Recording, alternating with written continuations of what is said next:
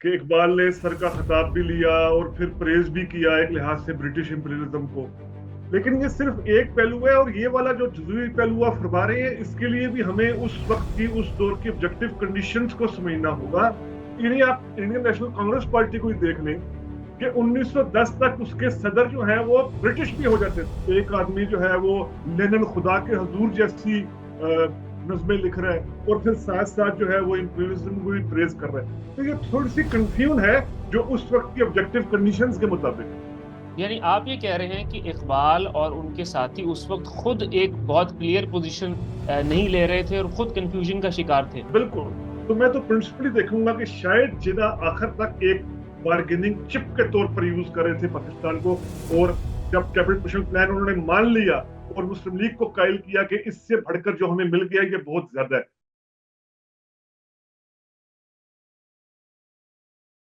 खातिनों हज़रात, आज का reality bytes Iqbal के लिए मख्तस है। इकबाल पे गुफ्तगू की जाएगी क्योंकि नवंबर का महीना है। आज और आज से आने वाले बाद के प्रोग्राम्स में भी हम इकबाल की लेगेसी और उनकी सोच पे बात करेंगे। आज इस मौजू पे गुफ्तगू करने के लिए हमारे साथ फिर मौजूद हैं जनाब उमर जावेद साहब, जो एक मुहक्किक हैं, एक एनालिस्ट हैं, मौर्रिख भी हैं, साथ साथ एक मुसन्निफ भी हैं। उमर, आपकी तशरीफ आवरी का बहुत शुक्रिया। बहुत शुक्रिया डॉक्टर साहब। उमर, आपसे पहला सवाल ये है कि इकबाल का जो साम्राज्य हुकूमत थी उसकी तरफ रवैया क्या था, इसको जरा एक्सप्लेन कीजिए। क्योंकि पाकिस्तान में उन्हें एक एंटी कॉलोनियल फिलोसोफर के तौर पे समझाया जाता है। साथ ही साथ हम ये भी जानते हैं कि उन्होंने साम्राज्य हुकूमत से सर का खिताब भी लिया और क्वीन विक्टोरिया और जनरल डायर के लिए कसीदे भी लिखे। तो हमें बताइए कि इकबाल का रवैया आखिर ब्रिटिश गवर्नमेंट की तरफ था क्या। इसमें डॉक्टर साहब, ये जो आप बात कर रहे हैं ये जुजवी तौर पर बात दुरुस्त है कि इकबाल ने सर का खिताब भी लिया और फिर प्रेज भी किया एक लिहाज से ब्रिटिश इंपीरियलिज्म को। लेकिन ये सिर्फ एक पहलू है, और ये वाला जो जुजवी पहलू आप फरमा रहे हैं, इसके लिए भी हमें उस वक्त की, उस दौर की ऑब्जेक्टिव कंडीशंस को समझना होगा। वो जब ऑब्जेक्टिव कंडीशंस ये कि जिस दौर का हम जिक्र कर रहे हैं, इस दौर में इंपीरियलिज्म के खिलाफ, ब्रिटिश इंपीरियलिज्म के खिलाफ मेन स्ट्रीम तौर पर, यानी मेन स्ट्रीम कोई बड़ी लहरें नहीं चल रही थी। पॉकेट्स में रेजिस्टेंस थी, पॉकेट्स में कुछ हलकों में कुछ जिनको उस वक्त एक्सट्रीमिस्ट कहता था वहां पर रेजिस्टेंस थी। लेकिन ऑल ओवर अगर हम देखें, यानी आप इंडियन नेशनल कांग्रेस पार्टी को ही देख लें कि 1910 तक उसके सदर जो हैं वो ब्रिटिश भी हो जाते थे। जैसे वो विलियम वेडरसन 1910 में वो ब्रिटिश थे, वो कांग्रेस पार्टी के सदर हो जाते थे। कांग्रेस पार्टी ने, इंडियन नेशनल कांग्रेस ने 1929 दिसंबर 1929 लाहौर में जब उनका सेशन हुआ था, जनवरी 1930 तक चला था, तब तक उन्होंने ब्रिटिश से इंडिपेंडेंस की बात भी नहीं की थी। उससे पहले उनका होता था जी खुद मुख्तारी दे दें, इस सिस्टम के अंदर ही थोड़ा बहुत हमें राइट्स दे दें। तो उस दौर की ऑब्जेक्टिव कंडीशंस, और प्लस ये कि पंजाब की ऑब्जेक्टिव रियलिटी को हमें इग्नोर नहीं करना चाहिए। पंजाब में पॉकेट्स के अंदर तो रेजिस्टेंस थी, भगत सिंह जैसी यहाँ पर लहरें चली या और इस तरह के गदरी मूवमेंट्स वगैरह रही पैराफ्री में। लेकिन ऑल ओवर जो पंजाब की उस वक्त की पॉलिटिकल एलीट थी, अशराफिया थी, उसका इजहार यूनियनिस्ट पार्टी की सूरत में हो रहा था। इकबाल बेशक यूनियनिस्ट पार्टी के खिलाफ थे, लेकिन फिर भी जो यहाँ की मुस्लिम, हिंदू, सिख एलीट थी वो उस तरीके से एंटी ब्रिटिश हो ही नहीं थी, या जो कुछ अरसे बाद बाकी इंडिया की हुई, या इंडिया के इलाकों की जिस वक्त हम जिक्र कर रहे हैं, यूपी, मुंबई, बिहार, इन इलाकों में हो रही थी। तो ये कुछ ऑब्जेक्टिव कंडीशंस ऐसी हैं। उसके बावजूद हमें नजर आता है इकबाल, जिस तरह आपने कहा जुजवी एतबार से आप दुरुस्त कह रहे हैं, कुछ उनका ऐसा काम भी नजर आता है जिसको हम एंटी इंपीरियलिस्ट भी कह सकते हैं।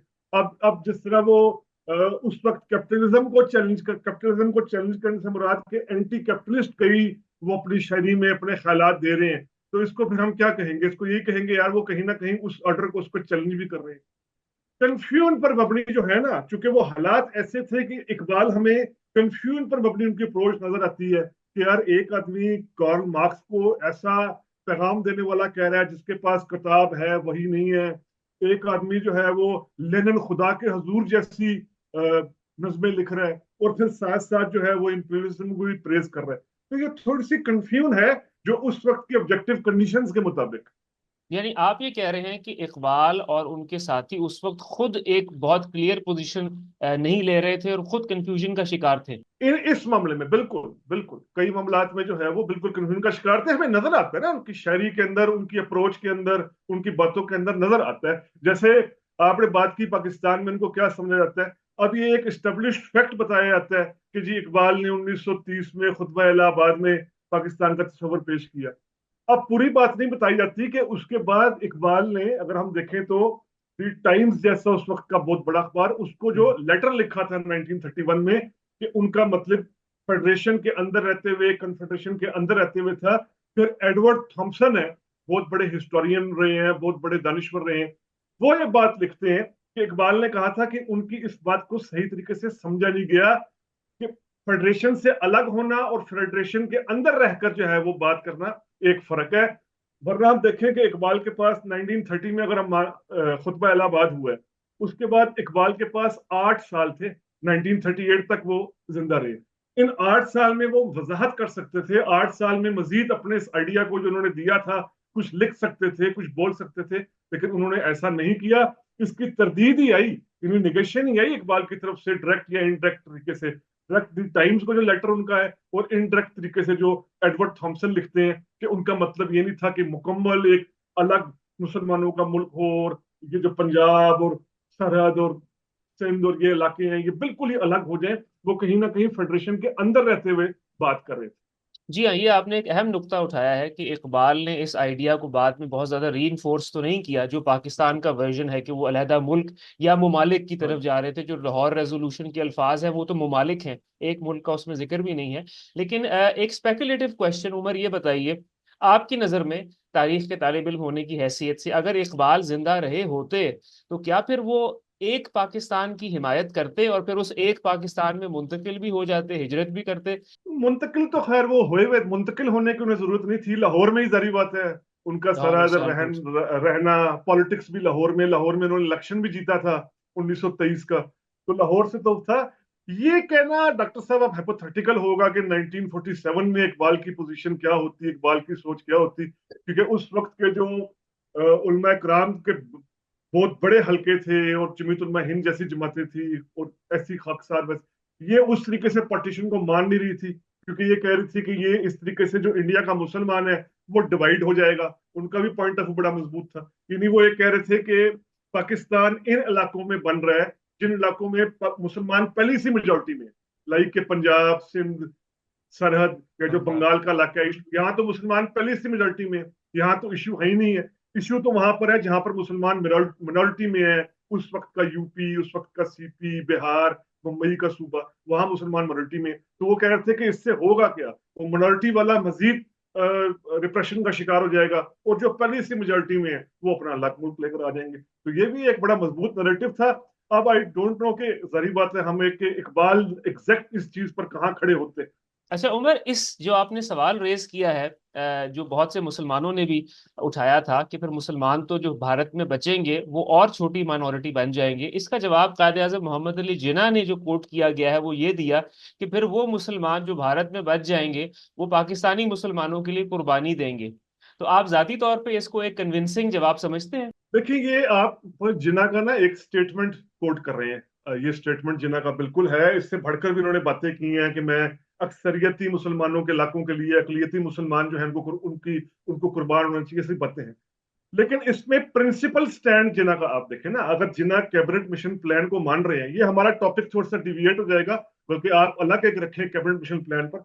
जिन्ना जब कैबिनेट मिशन प्लान को मान गए हैं 1946 में कि इंडिया जो है वो 3 ब्लॉक्स के तहत एक लूज सी फेडरेशन में फेडरेशन। रह जाए, लाइक जो जो जो block A, block B, block C, जो आज का पाकिस्तान है अलग ब्लॉक, आज का जो बांग्लादेश, आसाम बांग्लादेश अलग अलग। ब्लॉक, और आज का पूरा इंडिया वो अलग ब्लॉक।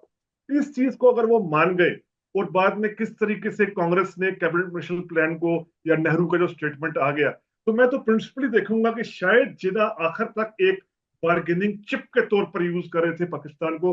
और जब कैबिनेट मिशन प्लान उन्होंने मान लिया और मुस्लिम लीग को कायल किया कि इससे बढ़कर जो हमें मिल गया ये बहुत ज्यादा है, तो मैं तो प्रिंसिपली एक बात देखूंगा कि स्टेटमेंट से बढ़कर जो जिन्ना का ये था। ये खैर आपके टॉपिक से थोड़े से हम डिविएट ना हो जाए, क्योंकि ये अलग टॉपिक है, एक कैबिनेट मिशन जी प्लान, हाँ। बहुत हम दिलचस्प, बहुत मौजू बड़ा पे टॉपिक वापस है। आते हैं, हम मौजू पे वापस आते हैं। उमर, मुझे ये बताइए कि पाकिस्तान में कुछ मुफक्किरीन, कुछ प्रोफेसर्स, कुछ सोचने वाले, जिनमें परवेज हुदभॉय का नाम सर फहरिस्त आता है, उनका ये कहना है कि इकबाल का अगर फलसफा पढ़ा जाए, उनकी तहरीरें पढ़ी जाएं, तो वो एक ओरिजिनल थिंकर के तौर पर नहीं उभरते। उन्होंने यकीनन मगरबी फलसफियों को पढ़ा है, कार्ल मार्क्स को पढ़ा है, जर्मन थिंकर्स को पढ़ा है, लेकिन वो एक ओरिजिनल थिंकर या फलसफी नहीं थे। आप इस बारे में क्या कहेंगे? मेरे ख्याल से बिल्कुल दुरुस्त फरमा रहे हैं परवेज हुद भाई, बिल्कुल दुरुस्त बात कर रहे हैं। क्योंकि इकबाल की अगर हम राइटिंग्स को पढ़ें, शायरी के अलावा भी जो उन्होंने reconstruction of religious thought in Islam, जो उनके लेक्चर्स की सूरत में किताब मौजूद है, या बाकी जो उनका काम है, वो नजर आता है कि यार ये कई वेस्टर्न फिलोसफर्स का दिया हुआ, जैसे आपने जर्मन फिलोसफर का जिक्र किया, तो इसमें निट्शे का नाम बहुत बड़े लेवल पर आता है। निट्शे से जिस तरीके से इकबाल मुतासिर थे या गोल्टे से मुतासिर थे, अब जो इकबाल के यहाँ मर्दे मोमिन या कामिल इंसान का तस्वर है, वो निट्शे का आप सुपरमैन का तस्वर पढ़ ले, वो लगता है यार वो उन्होंने यहाँ पर अप्लाई किया। फिर जो गोइटे की अप्रोच रही है, या इवन बेरगॉन्सन की अप्रोच रही है, इन अप्रोचेस का, बेरगॉन्सन तो खैर उनके अहद में भी थे 1941 में, वो मरे, उनका इंतकाल हुआ बेरगॉन्सन का। तो ये वाजे तौर पर नजर आता है कि जो उनकी स्टडी थी, जो उनके वेस्टर्न मुफक्रीन का उन्होंने मुताला किया, उसको उन्होंने री इंटरप्रेट करने की कोशिश की, यानी वहां से चीज लेकर री इंटरप्रेट करने की कोशिश की। और वो कोशिश में, क्योंकि देखे ना, बुनियाद इकबाल की देखी, जो इकबाल का बुनियादी थीसिस था जर्मनी से जो उन्होंने किया था, वो thesis the development of metaphysics in Persia था। यानी टॉपिक ही आप देखें, development of metaphysics in Persia, जो उन्होंने म्यूनिख यूनिवर्सिटी से किया था 1907 की मैं बात कर रहा हूँ। तो वो नजर आता है कि इकबाल ऐसी चीजों को उठाकर, मुफक्रीन को उठाकर जो है वो री इंटरप्रेट कर रहे थे, और इसको किसी हद तक वो अपना जो उनका इस्लामिक थॉट का प्रोसेस था, इन चीजों के साथ रिलेट करने की कोशिश कर रहे थे। मुफक्कर तो वो होता है ना, जो एक थ्योरी दे, एक थ्योरी पेश करे, पॉलिटिकल थ्योरी हो सकती है, इकोनॉमिक थ्योरी हो सकती है, एक सोशल थ्योरी हो सकती है। खुद से उन्होंने थ्योरी नहीं दी, वेस्टर्न कई थ्योरीज को उन्होंने री इंटरप्रेट कर दिया। जैसे अभी कार्ल मार्क्स की मिसाल दी हमने, कि कार्ल मार्क्स से भी वो इतने मुतासिर थे यार, बड़ा जबरदस्त इसका तो एंटी कैपिटलिस्ट थीसिस है, ये डास कैपिटल बड़ी जबरदस्त किताब है, लेकिन ये ऐसा आदमी है जिसके पास किताब तो है लेकिन वही नहीं है। यानी वो चीजों को इस तरह रिलेट, और इसके आगे ही बहुत ज्यादा कंफ्यूजन है डॉक्टर साहब। अब इकबाल हमें मुस्तफा कमाल पाशा अतातुर्क की प्रेज करते हुए दिखाई देते हैं, तारीफ करते हुए दिखाई देते हैं। अब हम जानते हैं कि मुस्तफा कमाल अतातुर्क जैसा सेकुलर आदमी, जिसने बिल्कुल रिलीजन और स्टेट को अलग कर दिया, एक क्लासिकल मिसाल है अतातुर्क, उसकी भी प्रेज करते हुए दिखाई देते हैं। अब आप यहां से देखें, एक आदमी जो किस तरह की बातें कर रहा है, लेकिन वो प्रेज कर रहा है मुस्तफा कमाल अतातुर्क की, तो इसमें काफी जो है वो हमें इबहम नजर आता है। अच्छा उमर, एक और एतराज जो इकबाल पे किया गया है पाकिस्तानी जर्नलिस्ट की तरफ से, नकादों की तरफ से, वो ये है कि इकबाल की शायरी के अंदर जो जिक्र है, या इवन रिलीजियस, जो उन्होंने reconstruction of religious thought in Islam भी लिखी है, उसके अंदर सारा फोकस जो है वो मुसलमान मर्द मोमिन के ऊपर है। और इन हाँ, नकादों का ये कहना है कि जो बड़ा मुफक्किर होता है, वो हमागीर इंसानियत को लेके आगे चलता है, वो ह्यूमैनिटी की बात करता है, वो किसी एक मखसूस मजहब के लोगों की बात नहीं करता। आप इससे इत्तेफाक करेंगे? मैं बिल्कुल इतफाक करूंगा। लेकिन इकबाल जब बाहर यूरोप जाने से पहले इकबाल पर यह फेज भी रहा, अब सारे जहां से अच्छा हिंदुस्तान हमारा, हम बुलबुले इसके, जो आज भी इंडिया में ये गाया जाता है, ये बच्चों को पढ़ाया जाता है, ये फेज भी रहा कि जो पोस्ट उनका यूरोप था ना, पोस्ट यूरोप जब वो वापस आए यूरोप से और सारा करके, ये फिर थोड़ा सा उनके अंदर की पुरानी जो ये एक मिडीवल अप्रोच थी, सिर्फ मुसलमानों को रखकर कामिल जो मर्द मोमिन का तस्वर, वो सारी बातें ये नजर आई। बल्कि उसके बाद भी उनकी पॉलिटिकल जो थॉट है, पॉलिटिकल सोच है, जिसका हमें उनकी राइटिंग से अंदाजा होता है। बड़े इंटरेस्टिंग कॉरेस्पॉन्डेंस है जिना की और इकबाल की, जो इकबाल ने खतूत लिखे हैं 1937 में जिना को, बड़े इंटरेस्टिंग है। अच्छा, उसमें भी वो जिना को जो 28 मई 1937 का 37 का लेटर है, उसमें जिना को ये कहते हैं यार ये जो सिस्टम अंग्रेजों का है, इसमें सिर्फ अपर क्लास मुसलमानों को ही फायदा होगा, लोअर क्लास लोगों का फायदा नहीं होना। फिर इसी तरह 21 जून 1937 को लेटर वो लिखते हैं, इसमें बहुत जबरदस्त बात करते हैं। इसमें वो हवाले देते हैं कि हिंदू मुस्लिम राइट्स जो हो रहे हैं या सिख मुस्लिम जो दंगे फसाद हो रहे हैं, इसमें वो जिना वो कहते हैं कि ना इनका ताल्लुक मईशत से है ना मजहब से है, बल्कि ये खालिस्तान सियासी पहलू है। तो इकबाल जो है वो, हम देखते हैं कि जब कामिल मुसलमानों या मुस्लिम जब एक मर्द मोमिन के तस्वर की बात करते हैं, तो उसके बाद भी जो मैं उनका ये पॉजिटिव एक पॉइंट कह रहा हूँ, उसके बाद भी वो कहीं ना कहीं आम मुसलमानों का नुक्ता नजर सामने रखने की कोशिश करते हैं। बहुत जबरदस्त किताब है आशिक बटालवी की, इकबाल के आखिरी 2 साल। अब इसमें पता चलता है कि इकबाल के जिना से क्या इख्तलाफ थे। इकबाल जिना को वाज़ेह तौर पर कह रहे थे कि वो पंजाब में यूनियनिस्ट पार्टी के जागीरदारों से इत्तेहाद ना करे, पंजाब में मलक बरकत जैसे आम कारकुनों को आगे लेकर आए, आम लोगों को आगे लेकर आए।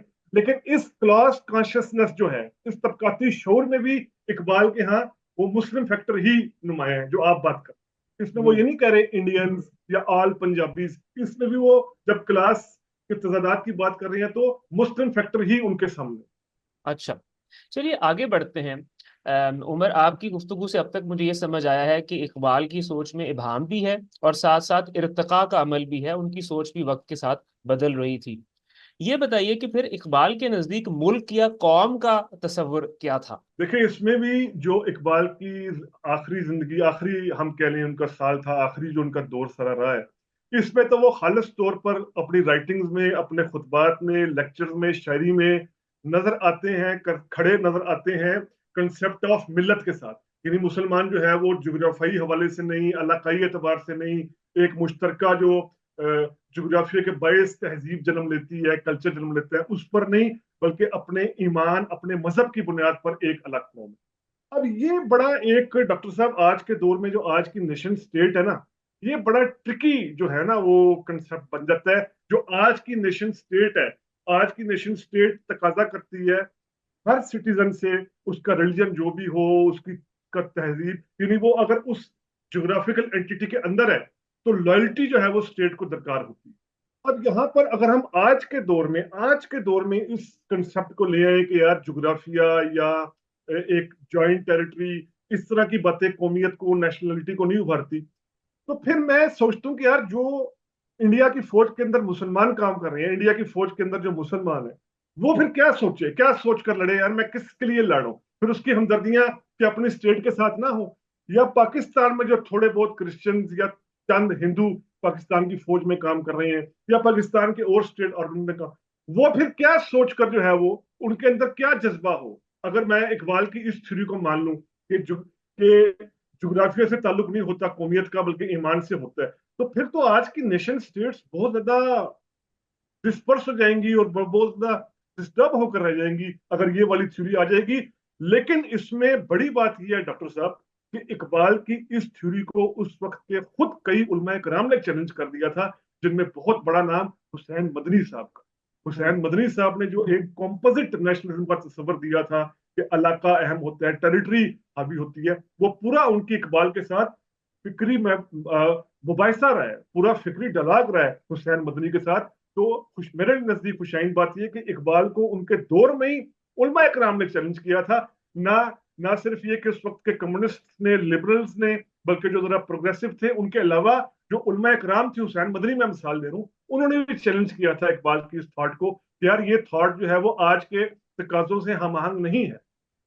आप यकीनन उमर वाकिफ होंगे कि हुसैन अहमद मदनी साहब का जो मनाजरा रहा शबीर अहमद उस्मानी साहब के साथ, जिसके अंदर वो न्यू मदीना या नई मदीना की रियासत की बात करते हैं, गालिबन इमरान खान ने ये लफ्ज वहां से उठाया, या खैर इसके ऊपर तो हम बहस नहीं करेंगे।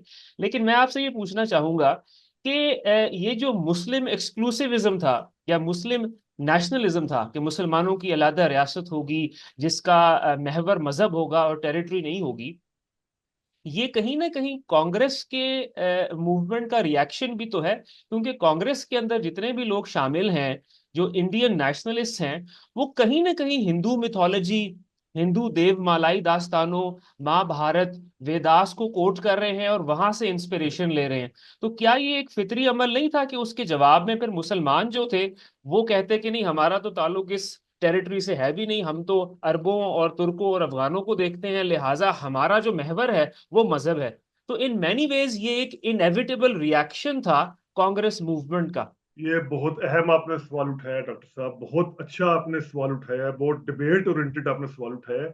इसमें ऐसा है कि जो सबसे पहली बात तो ये जो कांग्रेस पार्टी है, और आप जो बात कर रहे हैं, मैं मानता हूं कि 1915 के बाद, 1915 के बाद, खास तौर पर जब गांधी वापस आए हैं साउथ अफ्रीका से और कांग्रेस के अंदर एक्टिव हुए हैं, तो हमें जो पॉलिटिकल टर्मिनोलॉजी है इसके अंदर रिलीजन का, हिंदू हिंदू टर्मिनोलॉजी का इस्तेमाल तेजी से नजर आता है। उससे पहले भी कहीं ना कहीं हो रहा था, बाल गंगाधर तिलक भी इस्तेमाल करते थे, लाला लजपत राय भी करते थे इधर पंजाब में। लेकिन जो मेन स्ट्रीम कांग्रेस के लीडर होते थे, ऊपर टॉप पर होते थे, वो इनको एक्सट्रीमिस्ट कह देते थे और उनकी बात नहीं मानते। लेकिन गांधी ने आकर पूरी तरीके से सेंक्टिटी दी इस रिलीजियस टर्मिनोलॉजी को, राम राज्य के नारे को। और फिर बात यह कि मुसलमानों को भी अपीज करने के लिए रिलीजन का कार्ड खेला। तरीके खिलाफत इसकी बहुत बड़ी मिसाल है कि गांधी ने मुसलमानों को भी साथ जोड़ने के लिए रिलीजन का कार्ड खेला, हिंदू मैसेज को ट्रैक करने के लिए राम राज्य, राम और ऐसे तस्वुरात दिए। लेकिन ये बात हमारे जेहन में रहे कि गांधी और कांग्रेस की इन थॉट्स का असर यूपी में हो रहा था, जो उस वक्त का यूनाइटेड प्रोविंसेस था, जिसको आजकल उत्तर प्रदेश भी कहते हैं। यूपी, बिहार, मुंबई, मुंबई उस वक्त की रियासत जो आज की गुजरात और महाराष्ट्र है, वहां पर मद्रास में जो आज का तमिलनाडु है, इन इलाकों में हो रहा था। गांधी और कांग्रेस पंजाब में ना होने के बराबर, मैं नहीं कहूंगा बिल्कुल जीरो थी, ना होने के बराबर थी। यहां पर दूसरी फोर्सेस होती थी। यहां पर यूनियनिस्ट पार्टी, जो मुसलमान, हिंदू, सिख बड़े जागीरदार जागीरदार थे, उन्होंने पार्टी बनाई हुई थी, जो कामयाब पार्टी थी 1967 में भी, 1946 में भी उसने मुस्लिम लीग को बड़ा टफ टाइम दिया। जो यहाँ के प्राइम मिनिस्टर्स होते थे, यानी जिनको चीफ मिनिस्टर होते थे, कहा प्राइम मिनिस्टर जाता था, सिकंदर हयात जैसे, खजर हयात टवाना जैसे, वो यूनियनिस्ट पार्टी ही देती थी। यूनियनिस्ट पार्टी के फिर जो है वो अकाली दल, यहाँ पर सिखों की पार्टी होती थी नुमाइंदा। यहाँ पर कांग्रेस का उस तरीके की ना, गांधी की छाप, गांधी की थॉट उस तरीके से पंजाब पे पेनिट्रेट नहीं की।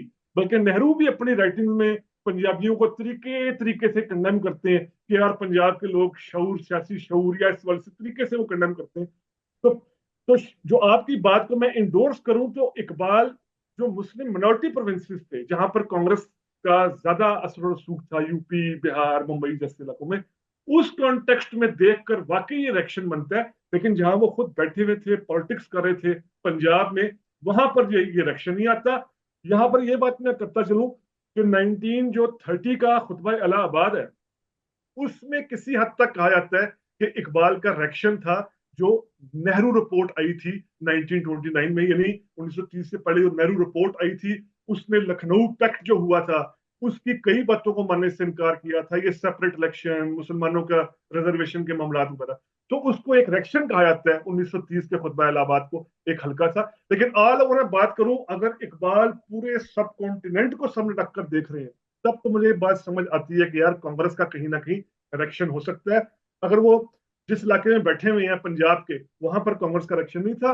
और आखिरी इस सवाल पर बात ये डॉक्टर साहब, कांग्रेस पार्टी या गांधी जो जो है वो रिलीजियस टर्मिनोलॉजी का इस्तेमाल तो कर रहे थे, लेकिन उनके किसी प्रोग्राम, किसी राइटिंग, किसी तहरीर में ये नहीं था कि स्टेट ऑपरेटर्स भी हिंदुआइज्ड हो जाए।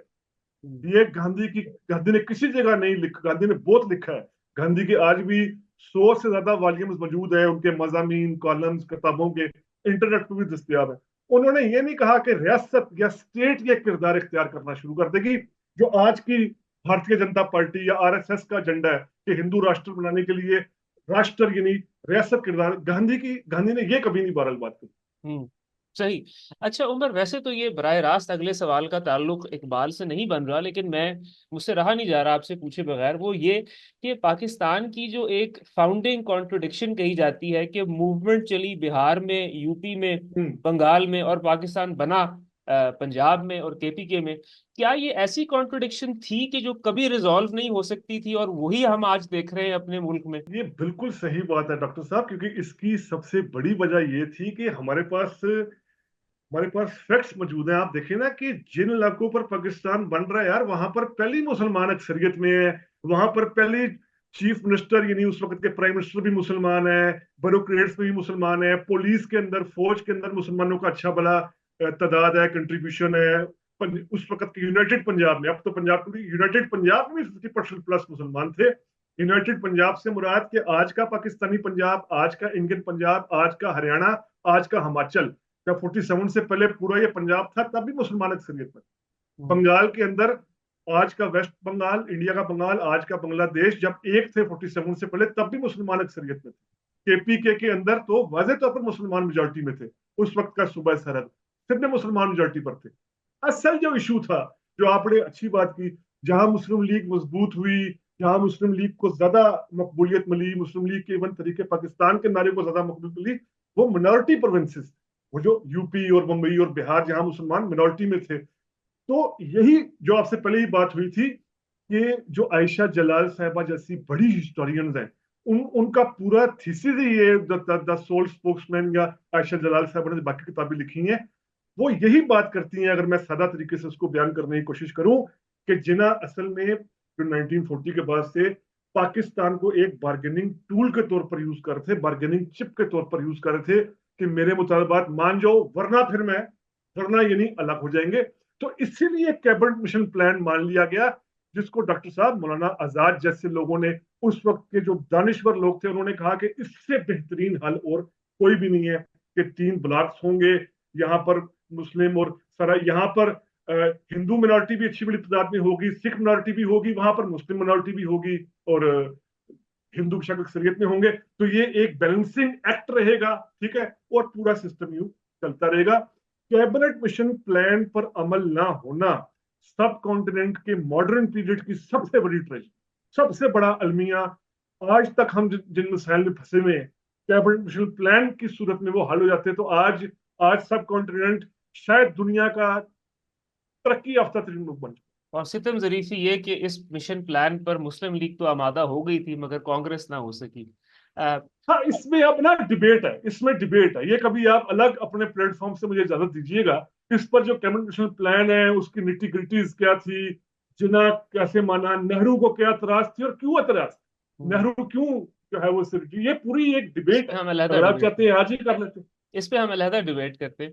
अच्छा उमर, हाँ, मैं ये इसको पूरा, इसको ये क्योंकि क्योंकि इसमें मौलाना आजाद के लिखे हुए 30 40 सफात है, वो बड़े अहम है, जो उन्होंने कहा था कि उनकी वफात के 30 साल बाद शाया हुए। अच्छा हाफिज हैं जी। 1958 में वो उन्होंने इंतकाल किया, 1988 में वो आए। इंडिया विंस फ्रीडम जो किताब है ना, उसमें कई सफात फिर 88 में आए। मौलाना आजाद की इस पर इंटेक क्या थी, ये बड़ा दिलचस्प एक टॉपिक है। क्या ठीक, बहुत शुक्रिया, बहुत